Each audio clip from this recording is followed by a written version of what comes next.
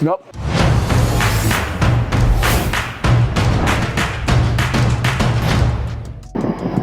Hey, what's up everybody? It's your boy Theo Williams back at it again for another tasty episode of America's Best Restaurants. Today I am in Sharon Springs, Kansas, and we are getting ready to have a treat as we are here at the Farmhouse. And I know JD, the owner, has been in the restaurant business for a long time, took some time off, and loved the business so much he ended up coming back. So you know the food has to be good. So let's go inside and get to the eating. Oh.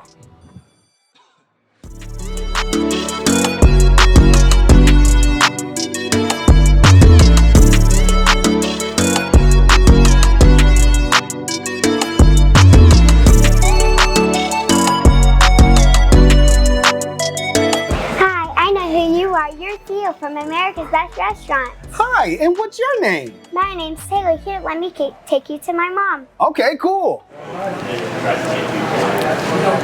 Hi, you must be Taylor's mom. Yeah, I am. My name's Chantel. Chantel, nice to meet you. I'm Theo from America's Best Restaurant. Nice to meet you. I am really excited to be here in Sharon Springs, here at the Farmhouse, and it looks like you got something a little delectable already ready for me right now. I do. This is our ranch melt. Ooh. With jalapeno ranch. Now, before I jump and dive into this thing, because it looks phenomenal, can you tell me what is on the ranch melt? So it's grilled sourdough with Swiss cheese, bacon, hand-pressed fried chicken, and homemade jalapeno ranch. Did you say hand-pressed fried chicken? Yes, sir. Did you just say jalapeno ranch? Yeah. Oh, man. Okay, I already know I'm going to like this. I kind of want my privacy when I eat this, but unfortunately, this is my job, so I got to eat this in front of a camera. So I'm going to take a nice big bite out of this. This looks so good. Like, I can't wait to, oh, this looks so good.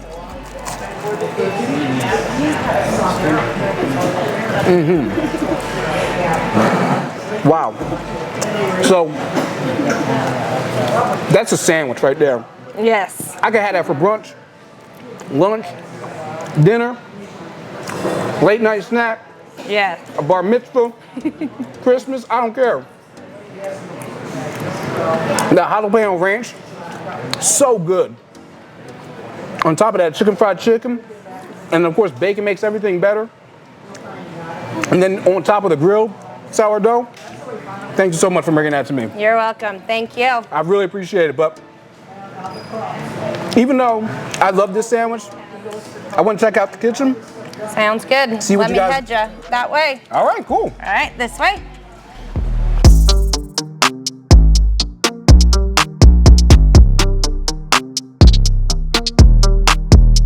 All right, guys, so right now I am here with Kai back here in the kitchen. And Kai, you're getting ready to make me a really delicious sandwich. What's it called, man? It's called the Raz. Now, why is it called the Raz? I heard there's something really special that goes on top of the Raz. The raspberry sauce. Oh, the raspberry sauce? It's a jalapeno raspberry sauce. Whoa, I can't wait to get it started. So come on, man, show me how this is done, baby. All right. All right, so right now I got Kai. He's getting ready to reach in to, so see what's going on here.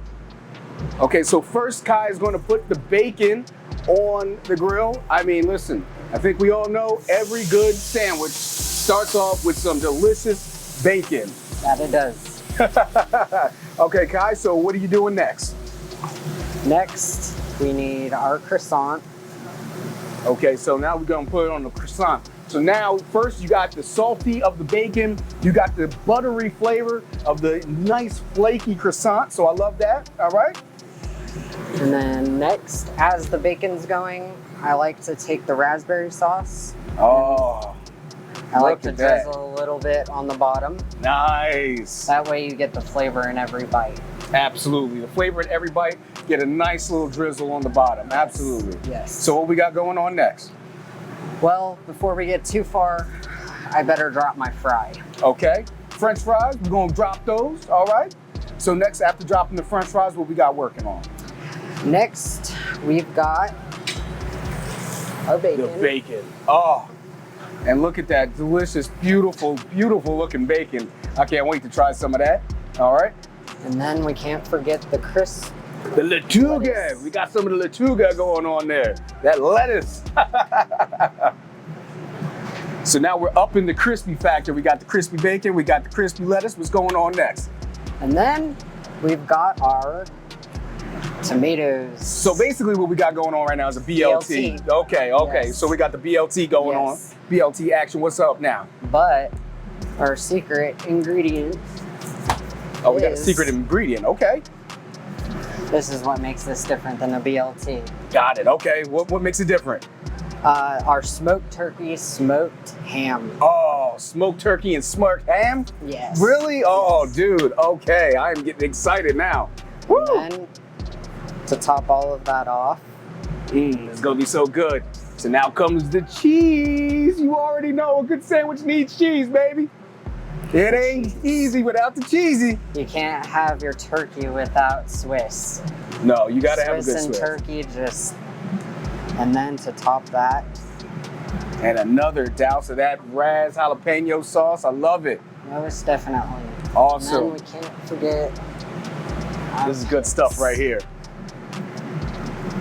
All right, a couple of toothpicks. You know, separate the two sides, get a little slice on that bad boy. All right, here we go. That is a sandwich right there, my man. And there you have it. Woo! A little bit of pickles. Put the little pickles on the side. You gotta put the pickles on the side, yo. Spruce it up a little. Of course, right? All right, so I'm gonna take a bite out of this. You wanna take a bite with me, man? Sure. All right, so we're gonna take a bite together. Let's do a cheers, okay? You wanna do a cheers for the camera? Boom. Cheers. Cheers.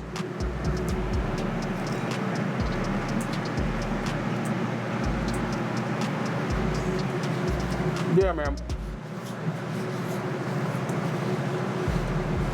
That's a great sandwich.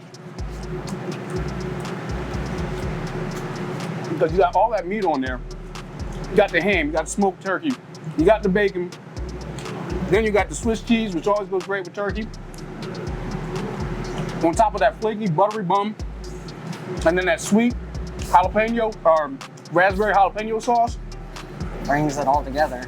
All together, man, full circle. Ty, thank you so much, man. Thank you. I really appreciate you putting that together for us. But I think I'm about to go out there and have a nice little conversation with the owner. Awesome. All right.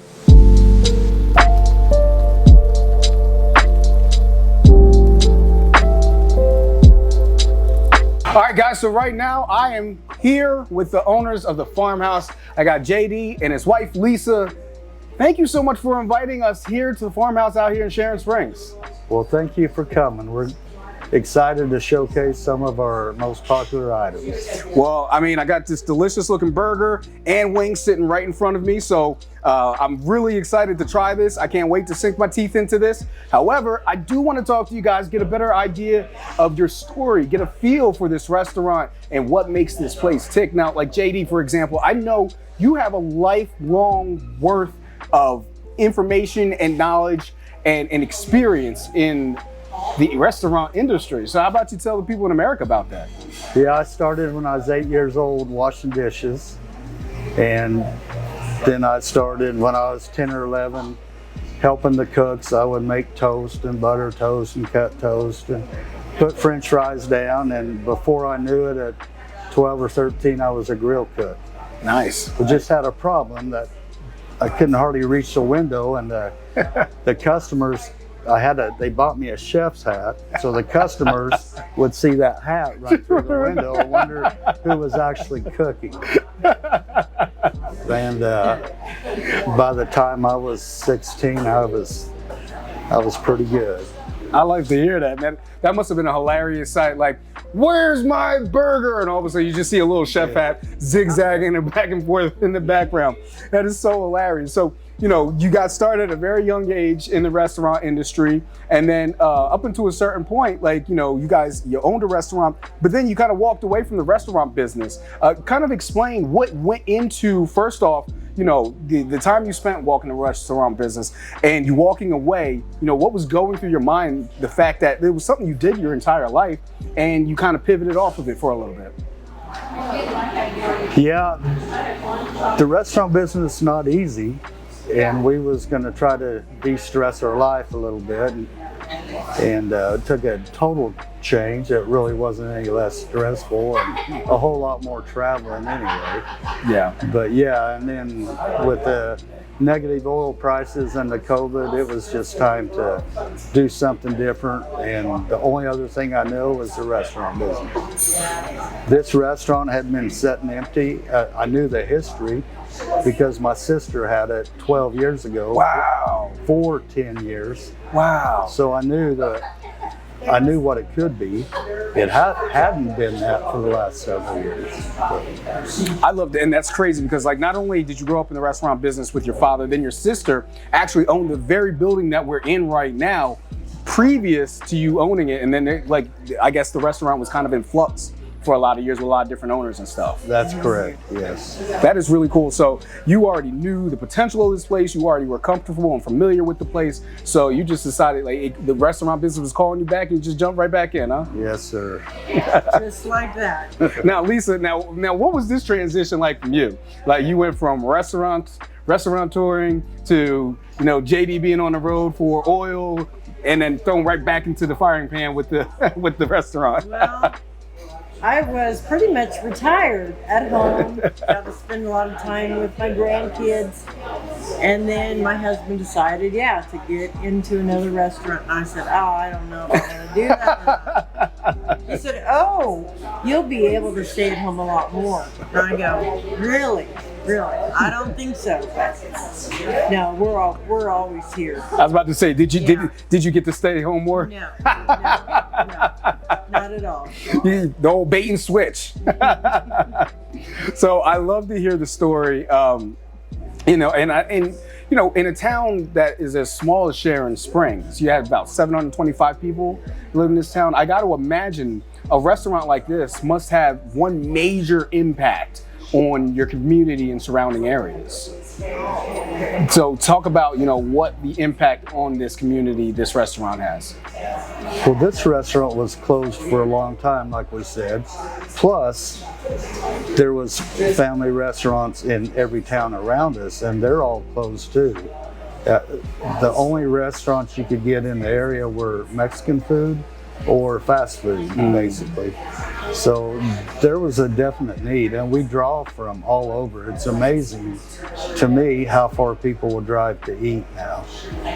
Sometimes we draw from 100 miles when we do our seafood buffet. Wow. Yeah. Prime rib. Oh, you also got like a waffle night or something like that? Every Friday, and we have our grandma's recipe for, we call it Grandma's Dutch honey. We grew up eating it on waffles. It's a homemade waffle syrup. Sounds tasty to me. I love it. Now, a little birdie told me you guys do something special with holiday cookies. How about you talk about that? You want to do that? We get every year around Christmas time, we get the preschool through 8th grade, and I spend many hours making the cookies before they come, and I roll them all out. They're all homemade. Then they come, we have the table set up with the icing, the decorations and everything, and they get about 6 cookies to take home with them, and they just have the most fun decorating them Christmas cookies. I love it. Yeah, and they're so happy. They've just, a lot of them have not even ever done that before. So it's just, and they make a mess. Well, I mean, they're kids. Over, you know, sprinkles all over, but it's well worth it to see their little faces light up. I hear that. Yeah. Well, I love to hear it. I would also like to know, when it comes to the Farmhouse, when people watch this across America, what would you like them to know about this place? That, like, let's say I'm just traveling across Kansas, or I'm traveling across country, or I'm sitting at home and I just want a reason to go someplace I've never been before. What would you tell the people of America to convince them to come here to the Farmhouse? Well, everything's made from scratch here. We don't buy hardly anything. We just try to this is basically meat and potato country. We try to serve what locals are used to eating. And we do get a lot of tourists, and they share their comments with us. They said it's the best service, the best food they've ever had.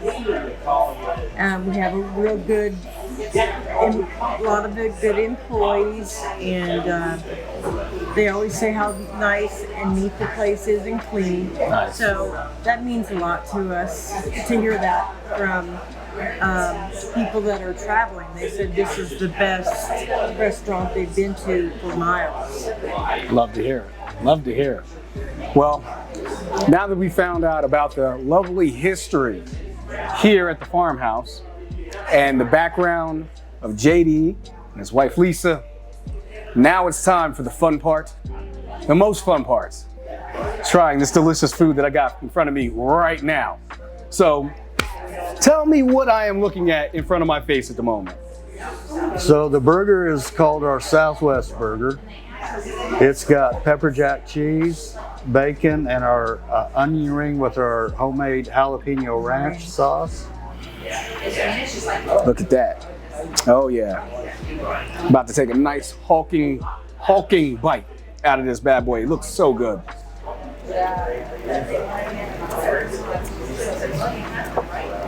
Nope.